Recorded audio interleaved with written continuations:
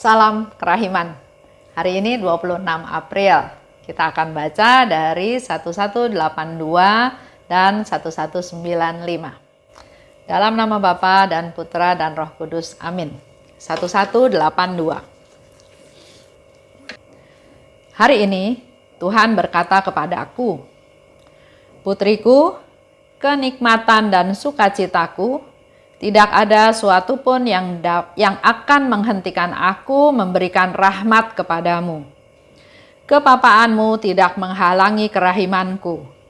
Putriku, tulislah bahwa semakin besar kepapaan suatu jiwa, makin besarlah haknya untuk memperoleh kerahimanku.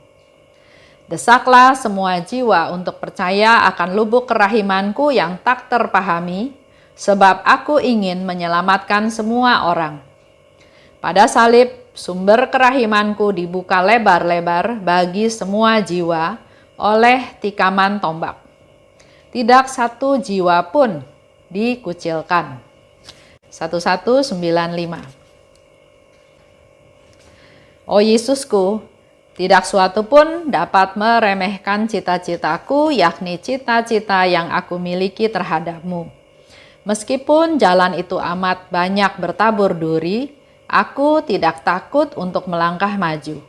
Bahkan, kalaupun badai penganiayaan menimpa aku, kalaupun teman-temanku meninggalkan aku, kalaupun segala sesuatu bersekongkol melawan aku, dan cakrawala menjadi semakin kelam, kalaupun taufan ganas menyerbu aku, dan aku merasakan bahwa aku sama sekali sendirian dan harus menghadapi semuanya itu, dengan penuh ketenangan, aku akan tetap mengandalkan kerahimanmu, oh Allahku, dan harapanku tidak akan dikecewakan. 1182. Putriku, kenikmatan dan sukacitaku, tidak ada satupun yang akan menghentikan aku memberi rahmat kepadamu. Buat Tuhan Yesus, Suster Faustina adalah kenikmatan dan sukacitaku. Bagaimana dengan kita? Apakah kita memberikan sukacita pada Tuhan? Dengan sikap kita sehari-hari, dengan tindakan kita, dengan perbuatan, dengan perkataan, bahkan dengan pikiran kita. Dan karena Suster Faustina adalah kenikmatan dan sukacitanya Tuhan, maka tidak ada satupun akan menghentikan aku memberikan rahmat padamu. Kalau kita menjadi kesukaannya Tuhan, maka tidak ada yang bisa menghalangi Tuhan memberikan rahmat pada kita. Termasuk juga kepapaan kita, ketidakberdayaan kita. Kita manusia berdosa, tapi tetap kita punya kesempatan, pikiran bebas kita untuk menyenangkan Tuhan. Dan walaupun kita berdosa, Tuhan tetap memberikan kesempatan kepada kita untuk bertobat. Bertobat atas dosa-dosa kita. Nikmatku adalah bersatu denganmu. Itu ada juga di diary nomor 570. Nikmatku yang paling besar adalah menyatukan diriku dengan jiwa-jiwa. Itu ada di 1385. Jadi kenikmatannya Yesus itu bukan hanya semata-mata pada Suster Faustina, tapi pada kita semua. Jelas dikatakan di 1385, nikmatku yang paling besar menyatukan diriku dengan jiwa-jiwa. Yesus ingin bersatu dengan kita, dengan jiwa-jiwa. Kita perlu menanggapi hal itu dengan pikiran, sifat, sikap yang terbuka untuk bisa berusaha bisa bersatu dengan Tuhan. Karena itu yang Yesus katakan nikmatku yang paling besar. Kerahimanku tidak terganggu oleh kepapaanmu, ya. Tadi dikatakan oleh Yesus. Walaupun kita papa, walaupun kita lemah, walaupun kita nggak berdaya, walaupun kita berdosa, kerahimanku tidak terganggu.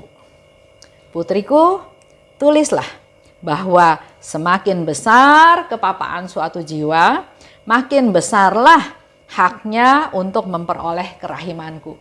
Ini satu bukti kerahimannya Tuhan. Kalau kita hitung-hitungan lagi ya dengan angka, kalau orang itu utang 1.000, saya lunasi, dia bersukacita karena utang dia yang 1.000 itu hapus, hilang. Tapi kalau hutang dia 100 juta, dia pikir nggak mungkin Esther itu mengampuni saya atau membebaskan saya dari hutang. Tapi pada waktu saya bilang, ya lunas ya, seperti yang Yesus katakan. Sukacitanya dia bukan sukacita 1.000 rupiah, tapi sukacita dia adalah sukacita yang luar biasa. Begitu besar kerahimannya Tuhan. Begitu pula dengan kita. Kalau kita sudah umur seperti ini, berapa banyak yang sudah kita lakukan dosa kita. Tapi Tuhan di sini juga memberikan kerahimannya. Semakin besar kepapaan suatu jiwa, maka makin besarlah haknya untuk memperoleh kerahimanku. Yesus tahu manusia yang hancur itu harus segera ditolong. Kita berdosa, contoh lah ya, pendosa yang besar, berdosa berat. Kalau kita tiap hari katakan, lu berdosa, lu masuk neraka, lu nggak bakal diampunin Tuhan. Lu udah nggak tertolong karena begitu besar dosa kamu. Dia akan semakin tidak punya pengharapan, semakin tertekan bahwa iya saya berdosa, iya saya memang dosanya besar sekali, saya membunuh sekian banyak orang. Semakin ditekan ya. Tapi lain dari kacamata Yesus. Yesus melihat orang ini kalau dibiarkan akan hancur. Maka dia harus segera ditolong. Kalau tidak, maka dia akan makin hancur dan akhirnya putus asa. Nggak mungkin lah Tuhan, nggak mungkin ampunin saya. Udahlah saya nggak perlu bertobat, toh Tuhan juga nggak mungkin ampunin saya. Jadi jangan membiarkan atau membuat orang itu semakin hancur. Tapi justru orang-orang seperti itulah yang lebih berhak untuk memperoleh kerahimanku. Itu yang Yesus katakan. Supaya nggak ada yang hilang, nggak ada yang benar-benar hancur. Yang semakin hancur itu semakin harus diperhatikan, diprioritaskan supaya dia jangan hancur. Desaklah semua jiwa untuk mengandalkan kerahimanku yang tak terselami. Sebab aku ingin menyelamatkan semua orang. Jelas Yesus katakan semua orang. Bukan hanya orang tertentu, bukan orang yang saleh aja, bukan orang yang setia aja, bukan orang yang mewartakan kerahiman Tuhan aja, bukan para imam, kaum religius, tapi semua orang. Termasuk orang berdosa yang paling jahat, orang berdosa yang malang. Seperti tadi contoh ya, orang yang sudah sangat berdosa itu bukan dikucilkan, bukan dihalangi untuk ketemu Tuhan, tapi justru harus dirangkul karena dialah yang lebih berhak untuk memperoleh kerahimannya Tuhan. Yang tadi saya kasih contoh ya, orang yang putus asa, orang yang merasa hancur, hidup saya sudah hancur berantakan, gagal dalam usaha, gagal dalam keluarga, gagal dalam segala hal. Maka desaklah mereka untuk mengandalkan Tuhan. Katakan pada mereka bahwa Tuhan begitu mengasihi dia dan akan mengampuni segala dosa-dosanya. Akan diubah menjadi manusia yang baru dan engkau tetap dikasihi Tuhan. Asal kita datang pada Tuhan, kita bertobat, kita mengakui kesalahan kita dan nggak berbuat dosa lagi. Pada salib, sumber kerahimanku dibuka lebar-lebar bagi semua jiwa. Oleh tikaman tombak, tidak satu jiwa pun dikucilkan. Itu yang Yesus mau. Maka marilah kita juga yang sudah tahu menjadi devosan kerahiman, bukan hanya memperhatikan berhubungan, berkenalan, bersahabat dengan orang-orang tertentu, tapi membuka hati, melayani, memperhatikan, peka pada orang-orang yang membutuhkan pertolongan, khususnya orang-orang berdosa. Jangan mereka dibikin semakin hancur, tapi tariklah mereka supaya mereka enggak hancur. Yesus datang untuk menghabiskan kekuatan dosa. Yesus datang sampai akhirnya disalib untuk untuk mengalahkan kekuatan dosa dan kejahatan. Bukan untuk menghabiskan orang berdosa. Jadi orang-orang yang berdosa itu tetap orang-orang yang dikasihi Tuhan. Tapi yang dia lawan adalah kejahatan dan dosa-dosa manusia. 1195. Oh Yesusku, tidak suatu pun dapat meremehkan cita-citaku, yaitu cinta yang aku miliki terhadap-Mu. Meskipun jalan itu bertabur duri, aku tidak takut melangkah maju. Ini satu sharing Suster Faustina dalam doa dia katakan pada Yesus. Tapi juga menguatkan kita semua. Mari kita meneladan Suster Faustina yang dia katakan, dia punya cita-cita yaitu cinta yang Suster Faustina miliki kepada Tuhan. Itu tidak akan luntur, tidak akan berkurang. Walaupun jalanan yang dia lakukan bertabur duri. Ada banyak penderitaan, ada banyak kesusahan. Tapi aku enggak takut untuk melangkah maju. Jangan kita stop. Lihat duri, lihat banyak tantangan, lihat banyak kesusahan. Di dalam komunitas ada yang enggak cocok, ada yang menghalangi niat baik kita, terus kita marah, kita keluar dari komunitas. Itu enggak menunjukkan cinta kita pada Tuhan. Kalau kita mencintai Tuhan, kita jalani apa yang sudah Tuhan izinkan terjadi. Saya selalu berpikir bahwa apapun yang terjadi, kalau Tuhan nggak kehendaki, Tuhan nggak izinkan, nggak mungkin terjadi. Tapi kalau itu terjadi, pikiran positif saya yang paling utama, yang pertama-tama adalah, kalau Tuhan nggak mau ini terjadi, pasti nggak terjadi. Tapi kalau ini terjadi, maka Tuhan izinkan ini terjadi. Oleh sebab itu, Suster Faustina katakan, cita-citaku untuk mencintai Tuhan itu nggak boleh ada yang menghalangi.